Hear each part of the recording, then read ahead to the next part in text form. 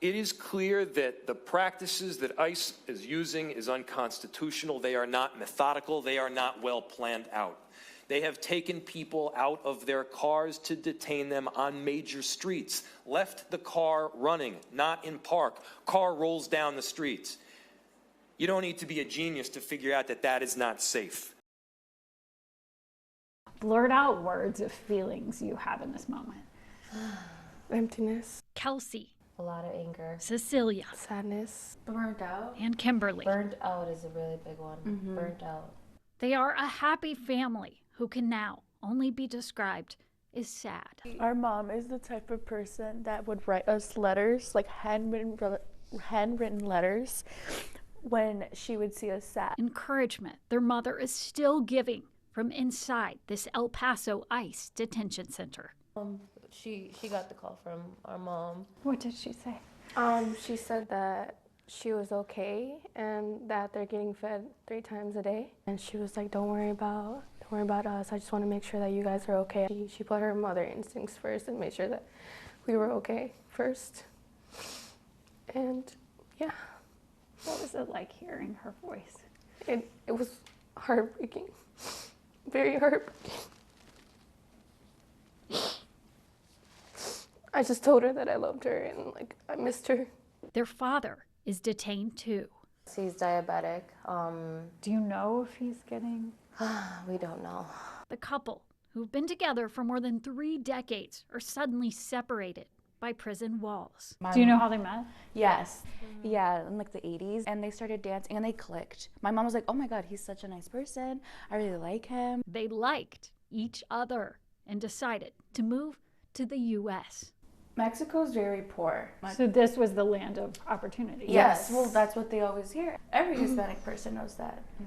The American dream. They want to come here. By all accounts, they achieved it, starting a thriving family and a thriving business, cleaning offices. They were actually on their way to work. I think they were, like a mile or 2 away from our house. So they had just left and they got pulled over.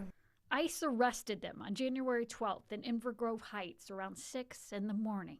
Our parents are not criminals. They've never done anything. Parents were working with immigration lawyers to try to, for the residency, to get the residency. 5 days before they got detained, our dad sent us the case number saying that they got approved so they can get processed for their naturalization.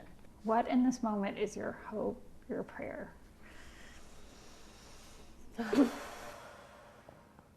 they can be returned back to us. Yeah. We just want them home. Yeah. We want them home. Susan Elizabeth Littlefield, WCCO News. What started as an average night for Pancho's Taqueria and Mexican Cafe turned into a traumatic memory that owner Frank Chase can't avoid. Just, hard to go to sleep at night when you think we were able to keep them safe. Tuesday, ICE agents waited in the parking lot before following a Latino staff member named Kevin into a storage container as he grabbed stuff for the kitchen. We can't hear anything that happened in there, but I am sure that he was terrified. What they could hear was the struggle between Kevin and the agents as the father of 2 cried out. He was saying, help, help, help me. Within minutes, Kevin was arrested and taken to the Whipple building in Minneapolis. By the next morning, he was on a flight to El Paso, Texas. Chase says Kevin is legally in the U.S. on a work visa. It feels like there's just no due process.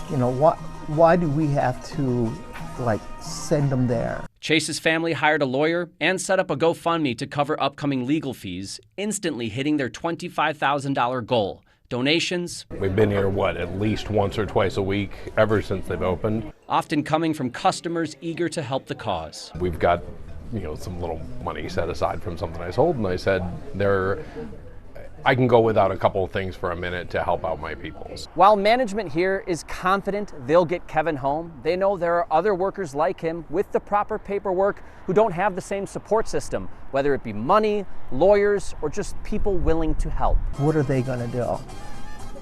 And 12 hours later, there's nothing they can do. They're in El Paso. Mohammed Duklev and Hani Dugloff have always been a team. On Saturday, the brothers brewed coffee, but it's rare they have a mission that simple. The Duklovs left Libya in 2014, arriving in Minnesota on visas to seek medical care. They have a rare skin condition called epidermolysis bullosa, or EB. Blisters and the skin can kick off very easy. They've each participated in clinical trials to help others. Handi became one of the faces of St. Paul College on his way to working an IT job. An American dream threatened on January 10th. As Hani told his brother, he was getting pulled over on the highway in Wisconsin. Later on, he called me at night and he said, I'm at ICE detention center. Since they handcuffed me, I felt like being treated like a criminal. First time having handcuffs on my hands. Hani says ICE brought him to what he described as an overcrowded federal Whipple building at Fort Snelling, immediately running into problems related to his condition. Documents show agents took him to M Health Fairview Southdale Hospital once they realized they were unable to meet his needs, including the fact that he can only eat soft foods. His feet shackled at the hospital. Handi quickly found himself back at Whipple, where problems persisted. Yeah, I said, I can't eat the food that you provided. I need like soft food for me, something I can eat.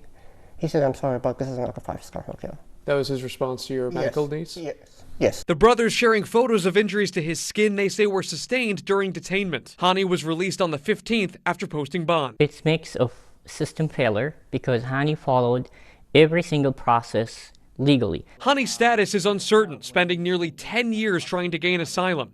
First applying as Libya descended into civil war, a place without the medical infrastructure to keep up with his needs. What happens to you if you go back to Libya? I don't know, but it won't be something that... Gaining citizenship after marrying an American, Muhammad is hopeful his brother will stay, and this team isn't broken up.